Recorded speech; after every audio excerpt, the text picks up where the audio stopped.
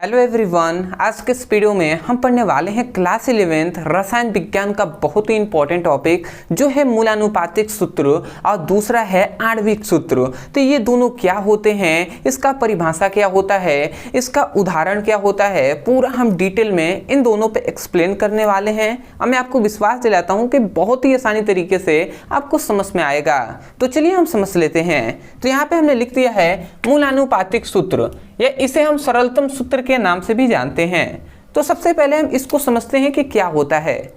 तो भैया मूलानुपातिक सूत्र क्या बताता है?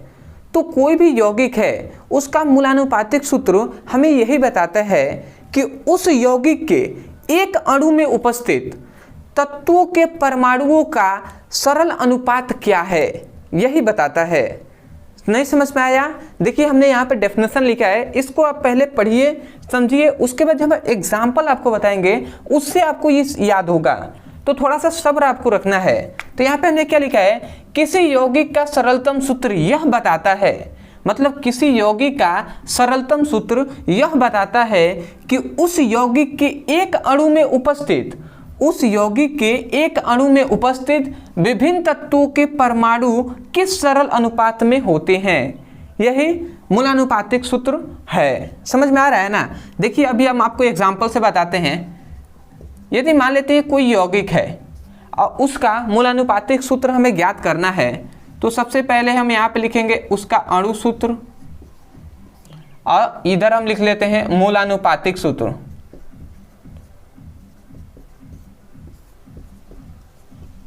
या इसे हम सरलतम सूत्र के नाम से भी जानते हैं।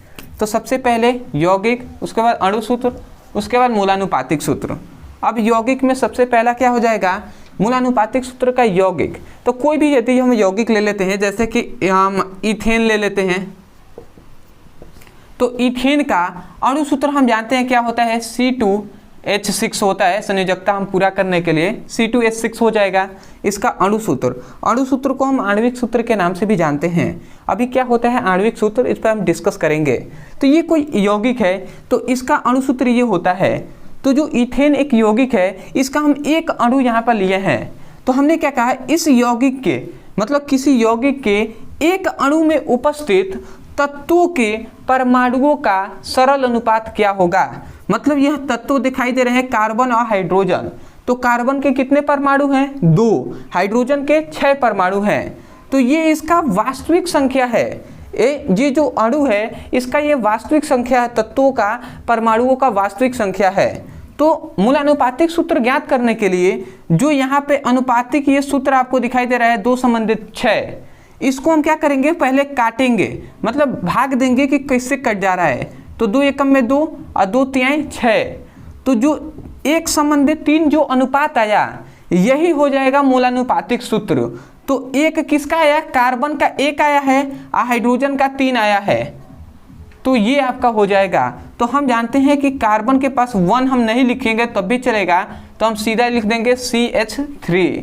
तो इथेन का मूलानुपातिक सूत्र क्या हो जाएगा, CH3 हो जाएगा और अणु सूत्र C2H6 हो जाएगा। तो इसको आपको याद रखना है। इसी प्रकार हम मूलानुपातिक सूत्र निकालते हैं।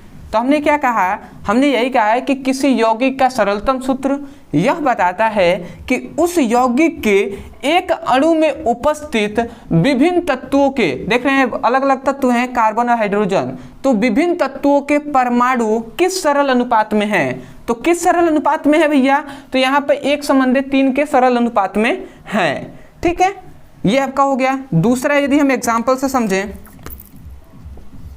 तो हम ले लेते हैं ग्लूकोज का। अब ग्लूकोज का जो क्या होता है अणु सूत्र क्या होता है, C6H12O6 होता है। अब इसी का मूलानुपातिक सूत्र यदि हमें ज्ञात करना है तो क्या करेंगे, हम भाग देंगे। यहाँ पे 6 संबंधित 12 संबंधित 6 है। अब यहाँ से हम काटेंगे तो 6 एकम में 6, 6 एकम में 6 और 6 दूना 12। तो यहाँ पे हमें क्या मिला, 1 संबंधित 2 संबंधित 1 का अनुपात मिला। तो यहाँ पे हम क्या लिख सकते हैं, C1 नहीं लिखेंगे तब भी चलेगा, H2 लिखना पड़ेगा, फिर से C1 नहीं लिखेंगे C लिख देंगे। तो ये जो हमें मिला CH2C, ये हमें क्या मिला, नहीं O है ना तो O लिखेंगे। CH2O जो मिला ये है ग्लूकोज का मूलानुपातिक सूत्र। समझ में आ रहा होगा। इस प्रकार आप मूलानुपातिक सूत्र कभी भी किसी भी यौगिक का ज्ञात कर सकते हैं। तीसरा, यदि मान लेते हैं एक और हम एग्जांपल से समझे, बेंजीन हम ले लेते हैं जिसका सूत्र होता है C6H6, ये इसका सूत्र होता है। तो 6 एकम में 6, 6 एकम में 6, तो CH इसका क्या हो जाएगा, मूलानुपातिक सूत्र हो जाएगा।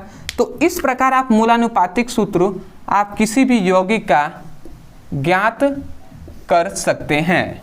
ठीक है, आशा करते हैं आप समझ रहे होंगे। अब आता है भैया अणु सूत्र या आणविक सूत्र क्या है। यहाँ पे हमने लिखा है आणविक सूत्र या अणु सूत्र के नाम से भी हम जानते हैं।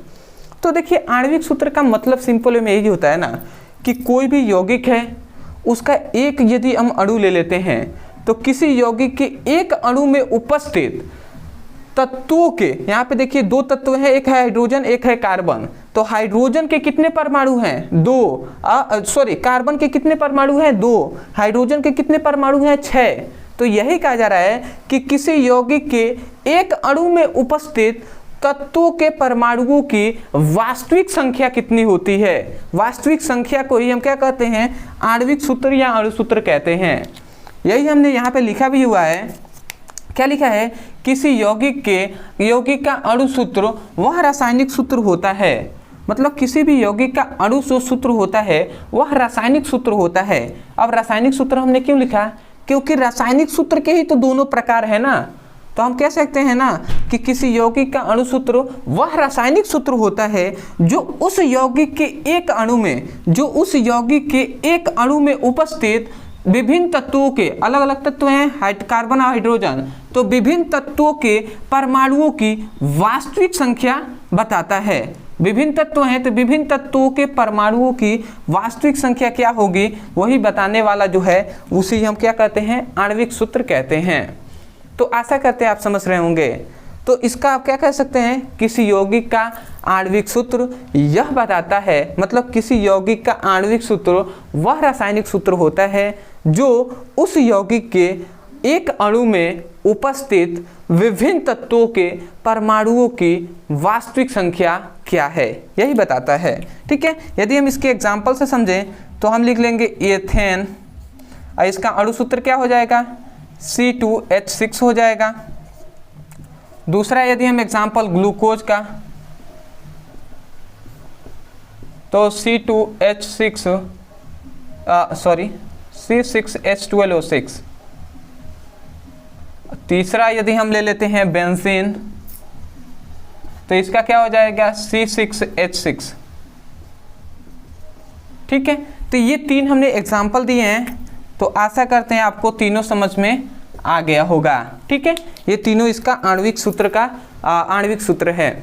तो आशा करते हैं कि आपको जो क्या है मूलानुपातिक सूत्र और आणविक सूत्र ये आपको बेहतर तरीके से समझ में आया होगा कि वास्तव में क्या होता है।